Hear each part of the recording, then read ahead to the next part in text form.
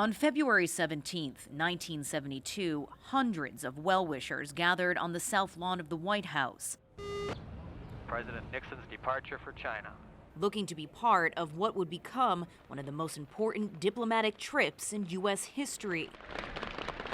President Richard Nixon and the First Lady were headed to China.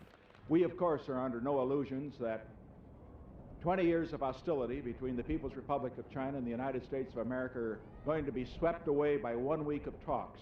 What we must do is to find a way to see that we can have differences without being enemies in war. It was dubbed the Journey for Peace. The trip, the culmination of 2 years of secret negotiations, catapulted into the public sphere through table tennis. Both sides were eager to bridge diplomatic barriers, and in the months leading up to the trip, Nixon had ended a decades-old trade embargo against China.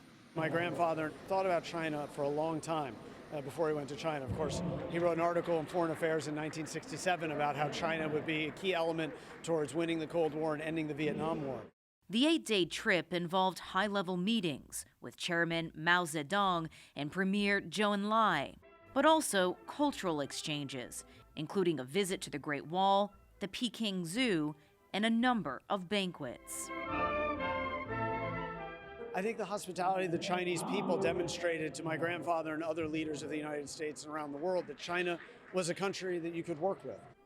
The trip ended with the Shanghai Communique, in which both sides pledged to work towards normalizing relations and expanding people-to-people contacts. Americans soon started traveling to China, while U.S. companies began establishing a foothold in the market. By 1979, full diplomatic relations had been established. When China welcomed President Nixon in 1972, it marked the beginning of the country's opening to the world. 50 years later, China is a global superpower, both economically and militarily. TONI Waterman, CGTN, Houston, Texas.